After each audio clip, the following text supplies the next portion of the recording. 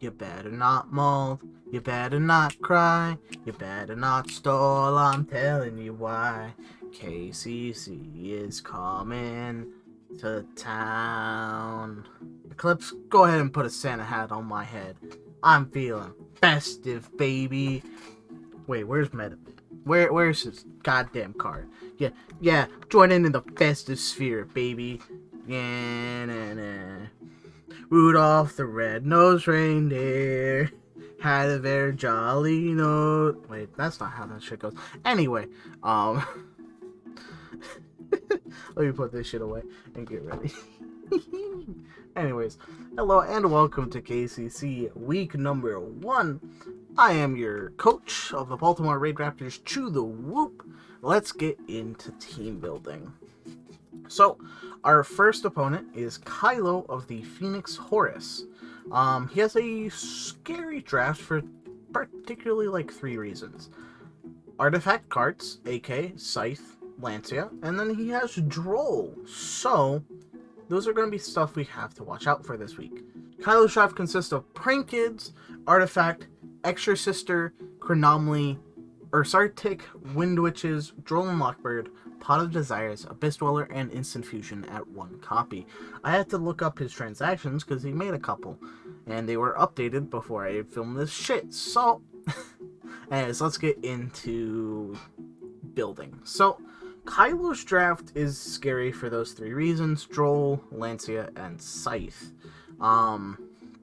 Beats about 90% of the format. So, how are we going to combat this? Well, we don't. We're just bringing the decks that are hurt the least. Phantom Knights is literally unplayable in this matchup solely because of Lancia. We don't want to have to deal with that shit, so we're not bringing Phantom Knights. Also, I don't know how the deck particularly works completely pure. So, leaving that shit out.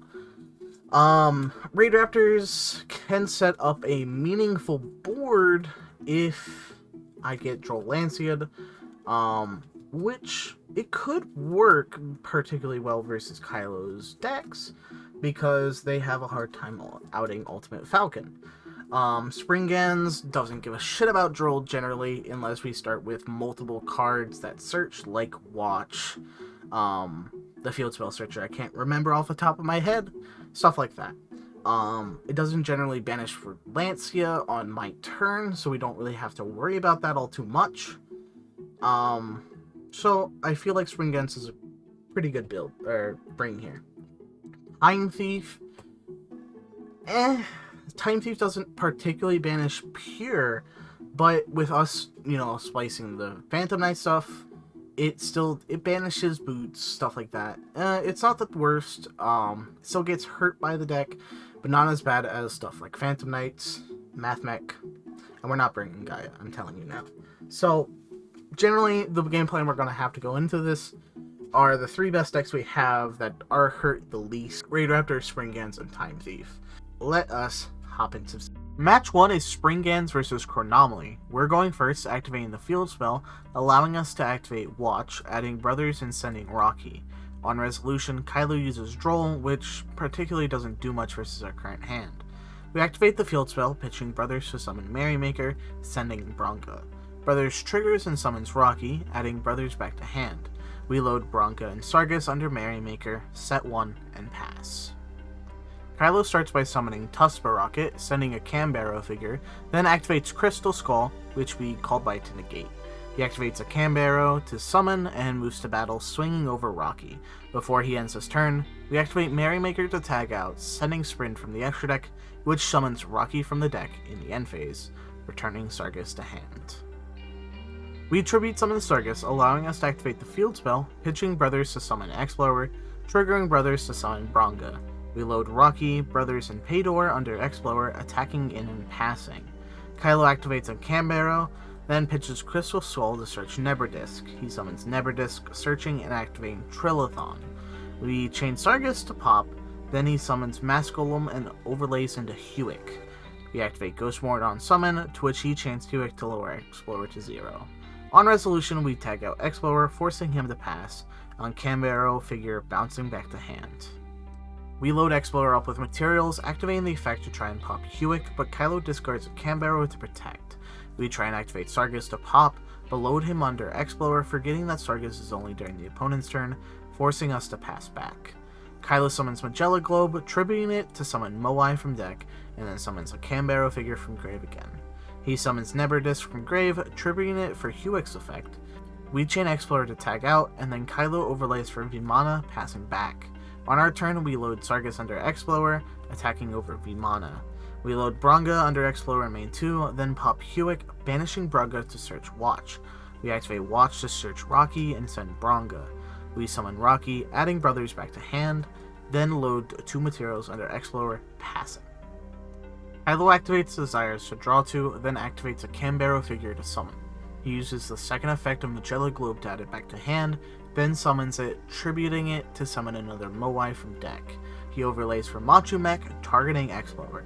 We tag Explorer out to avoid damage, triggering the field spell to prevent Machu Mech from attacking, forcing him to set 2 and pass. We start our turn by link summoning Barricade Board Blocker, to which Kylo activates Esperanza Glyph, allowing him to Xyz summon Vimana. We banish Bronga to search Booty, and get Drolled. We activate Booty, then pitch Brothers to summon Explorer, triggering Brothers to summon Sargus. We load Explorer with materials, activating the effect, targeting the back row behind Machu Mech. Kylo chains Vimana to negate, and we chain Called By, banishing the Vimana in grave to negate the one on field. We end up popping a Scythe, which doesn't do much here. We once again accidentally load Sargus under Explorer, but we're able to clear Kylo's field in battle, passing. Luckily, despite Kylo being able to summon another Huick, we're able to tag Explorer out and essentially lock Kylo out of this game and get us a Game 1 victory. Game 2, Kylo's going first, summoning Crystal Skull, then pitching a second Crystal Skull to add Moai to hand, special summoning it and another one from hand, overlaying into Vimana, attaching the Crystal Skull in grave, then setting 1 and passing. Unfortunately, with no field spell access, we're forced to summon Rocky, attack over Crystal Skull, set 1 and pass back. Kylo attacks over Rocky and ends his turn, and with a top deck Chalice, we're able to negate Vimana, normal summon Regulators, summoning Winder and Adjuster, adding Retrograde, and sending Bezel Ship. We overlay into Raider's Knight, activating the effect to go into Arc Rebellion, swinging over Vimana. With no way of beating Arc Rebellion, Kylo forfeits, giving us the early lead. Match 2 is Raidraptor vs. Exorsister. Kylo's going first, summoning Stella, which allows Kylo to summon Sophia, overlaying into Elise, searching Pax. He activates Pax, summoning Elise, then summons Nefarious, setting 2 and passing. In draw phase, Kylo activates Sanctum, summoning Scythe. Luckily, with a top deck Ghost Mourner, we're able to prevent the extra deck lock, then summon Shade Brigandine and Tribute Lanius, triggering Kage Takage to summon. We overlay into Raider's Knight into Arc Rebellion. Kylo uses Torrential a bit too late, and with no way of beating an Arc Rebellion, we're able to easily win Game 1. Game 2, Kylo's going first, summoning Sophia, then activating Pax, adding and summoning Elaine. He summons Sophia to draw 1, overlaying into Elise, adding Vadis, setting 2 and passing. Unfortunately, we summon the dog, and can't activate the effect, drawing 3 of the 4 possible targets in deck, letting Kylo win Game 2. Game 3, what the dog doing? It be going full combo, baby! Summoning Winder and Bezel Ship from deck, adding Retrograde to hand. We overlay for Force Tricks, searching Singing. We summon Singing and Bezel Ship, linking the birds into Y-Strix, summoning Mimicry Lanies from deck. We overlay for Raider's Knight into Stranger Falcon, setting PK Force from deck. We skip to Arsenal, summoning Strangle Lanius from deck, using the effect to revive Singing Lanius. We link into Bardiche, floating into Alt Falcon. We send Boots for Fogblade, then banish Boots for Brigandine. We overlay for Force, searching another Strangle. We banish Mimicry for Wing, then summon Strangle and Brigandine, overlaying for Redoer, setting 1 and passing. With no way of beating this end board, Kylo sets 3, summons 3 monsters, and forfeits, winning us the week. Match 3 is Time Thief vs. Prank Kids. Kylo's going first, activating Place, adding Roxy's. He summons Roxy's, linking into Meow Mew, summoning Fancies from deck, linking for Doodle Doo, summoning Lampsies, and adding Pranks.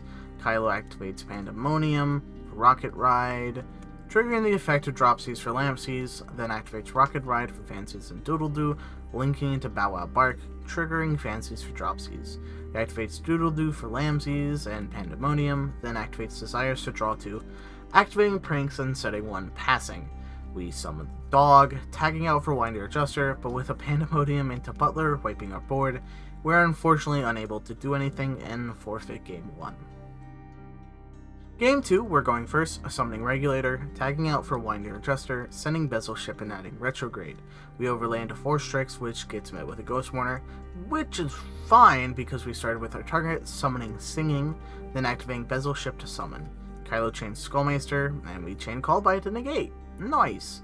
We link into Y-Strix, summoning Wing from deck. We overlay into Raider's Knight, messing up the combo a bit. We link into Bardiche, sending Boots for Fogblade, banishing Boots for Brigandine. Unfortunately, with a single Fogblade and Ghost Warner, we're unable to stop Kylo from comboing off to a formidable board with Pandemonium set.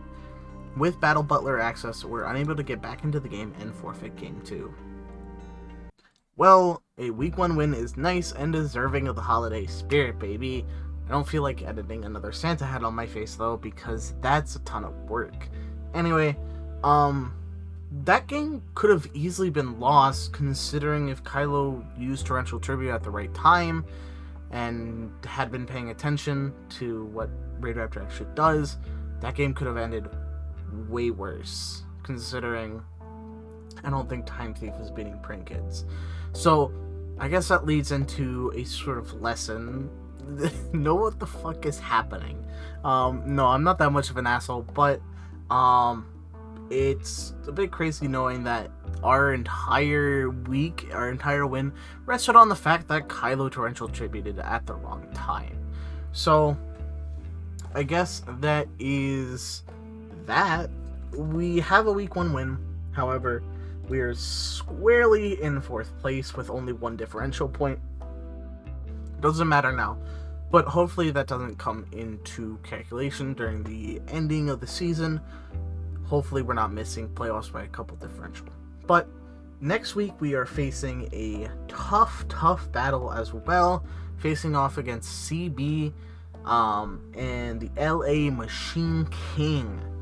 Now, the fact that this bitch drafted full control, full stun, I wouldn't even really classify it as full control in my eyes. This looks like hell. But we're going to see what that is next week, baby. I hope you all enjoyed. Comment, rate, subscribe. It really helps that channel. And if you want to see more, you know where to look. Bye-bye.